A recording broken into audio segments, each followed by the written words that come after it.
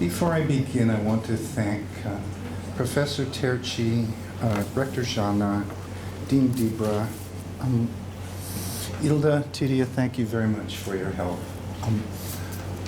Thank you to the department and I think to the British Council for their sponsorship, I suspect. How many of us here are undergraduate students?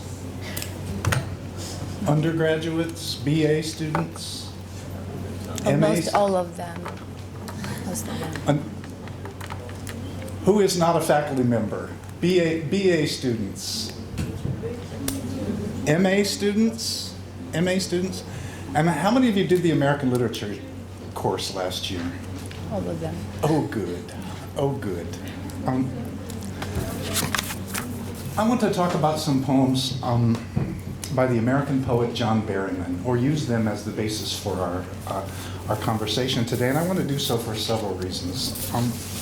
First, because I think Berryman is a great undervalued talent. I think he's one of the great world-class poets. I think he doesn't get his fair share of attention these days. I want to talk specifically about these poems because they give me personally great pleasure and because they're located as the gateway between the end of modernism in the first 30 years of this century and postmodernism. We tend to think of literary history, you will recognize from your literature classes, we tend to think of literary history as happening in patterns. As if a door shut in 1939, a door shut on modernist experiments, and then sometime in the 1970s, a door opened onto postmodernism, right? And as if people define themselves by their configuration of literary periods, which in fact are retrospective, I think. So I'm interested in the way one literary period becomes another literary period, in the continuities and the tensions between the ideologies, for instance, of modernism and the ideologies of postmodernism, how one becomes another. And it seems to me that this poet, John Berryman, is the moment. His poems are the moment that modernism turns into postmodernism. There's a pivot here in 1964.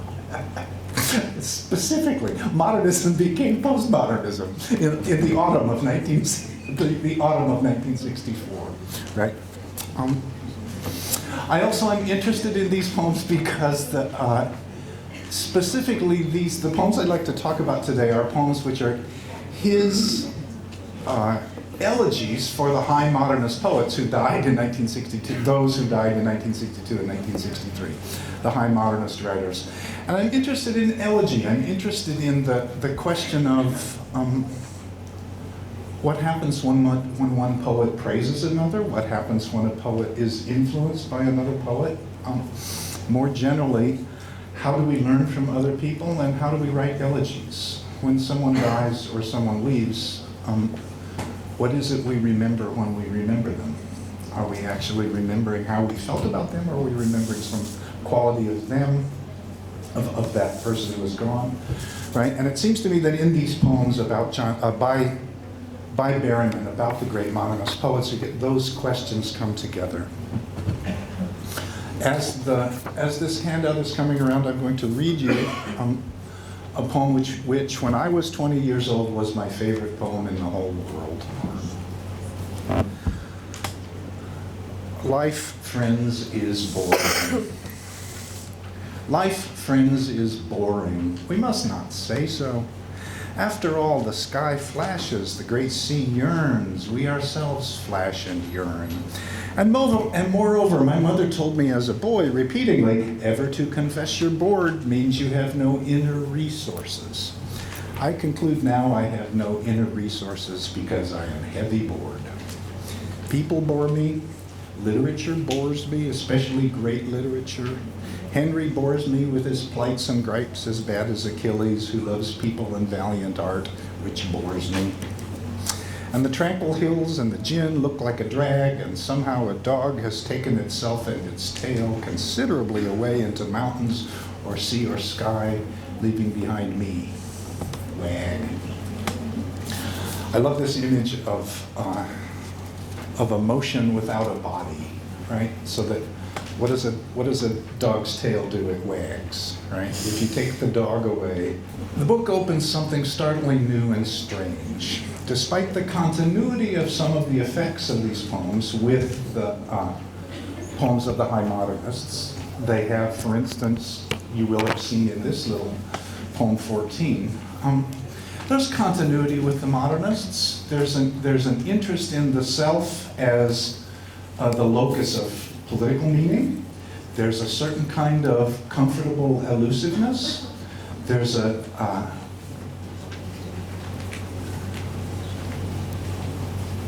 metrical irregularity, which is built basically on an iambic line, but with a flexible rhyme scheme. There is a suggestion that the poem speaks to the sonnet form, but doesn't exactly replicate the sonnet form. So there's a lot of continuity with some of the late 19th century Victorian and early modernist stylistic tendencies, but you can also tell this isn't a modernist poem. Clearly Berryman believes that modernism has come to some sort of cultural or stylistic impasse.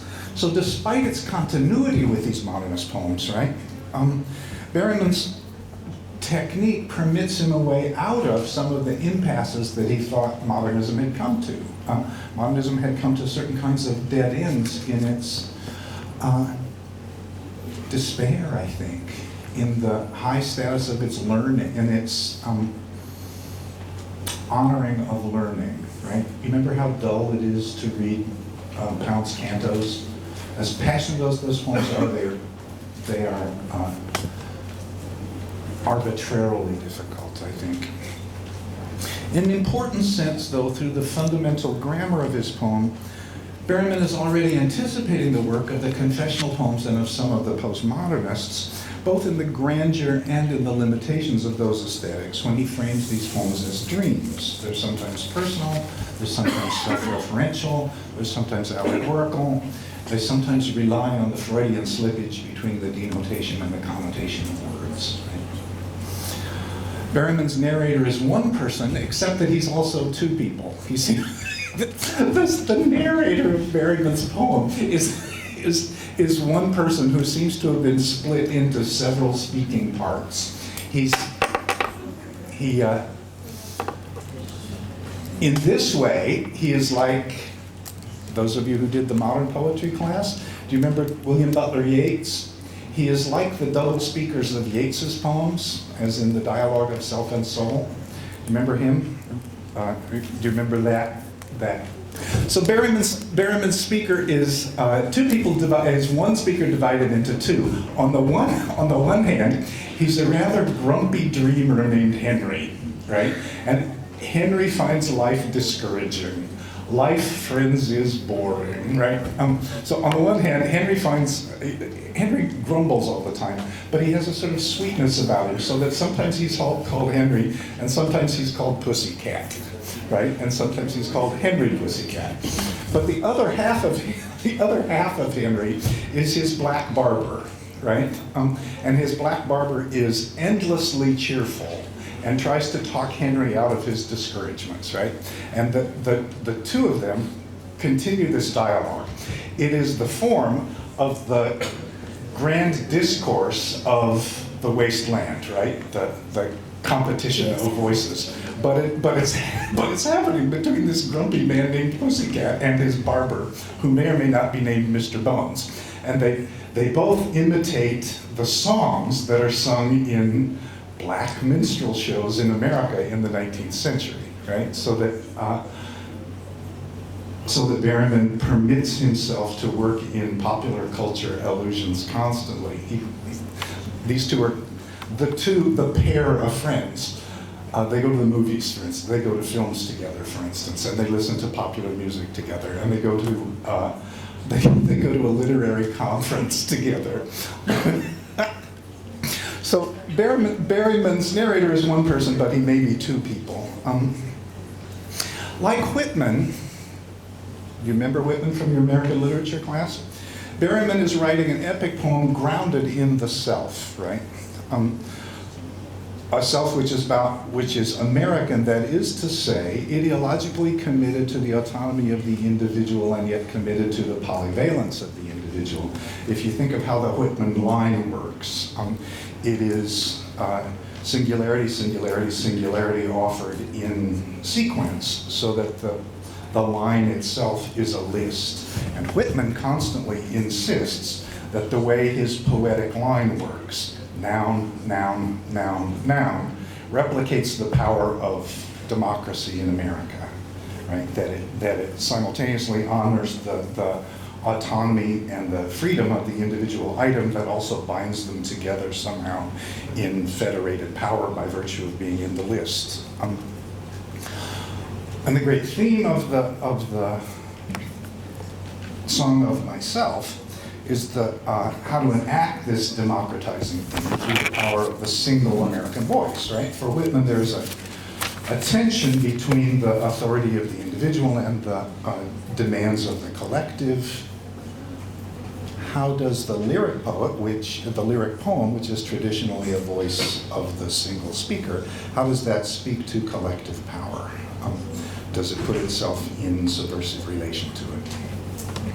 Well, one of the ways in which the Dream Songs enacts this separation from the modern tradition is, and this is bold in a kind of postmodern way, it takes as its theme the problem of modernism, right? Instead of saying, now I'm going to write a poem about daffodils, it says, now I am going to write a poem about what I feel that Robert Frost has died, and what I feel like when I learned this at a conference when I'm in New York. Right? This problem appears as a kind of poem occasion, as if the poems were responding to life occasions, including the death of several high modernist writers. Poem 36, for instance, you'll see on your poem to enact not only grief at the loss of these particular individuals whom he did know, but critique of the literary aesthetic that they left behind, and frankly, a sort of professional interest in who will become the most important writer now on the basis of what terms, right? How are literary reputations produced? Are they produced on the basis of the reception of the work? Are they produced on the basis of novelty, right? By what ideological standards do we measure what becomes the next dominant literary reputation? Is it ideological? Is it stylistic? Is it taste? The high ones die. They die.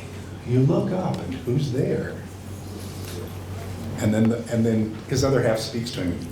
Easy there, Mr. Bones. I was on your side. I smell your grief.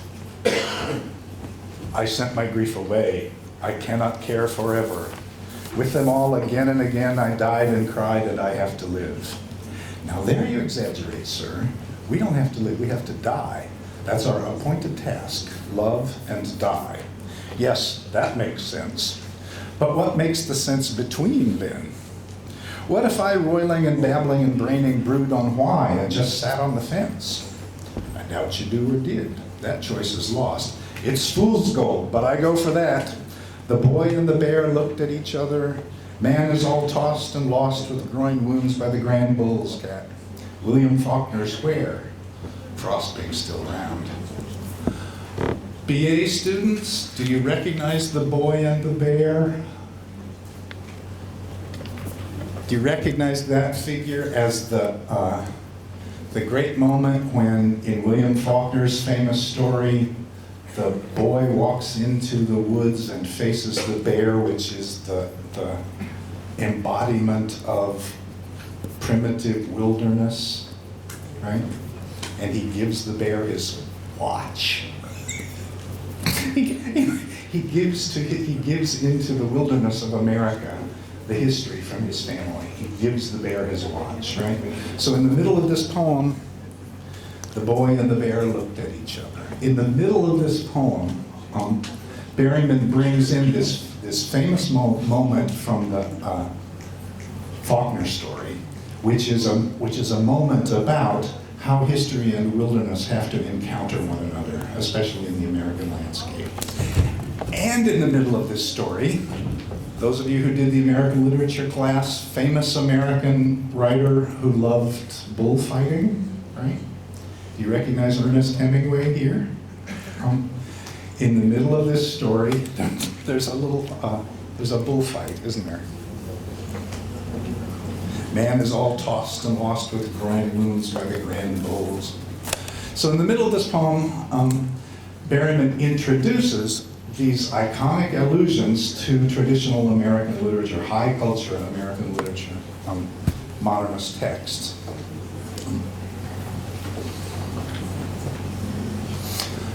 And the two of them discuss the implications of these moments that these two grand modernist writers died, Henry in sublime despair, and his companion typically more down to earth.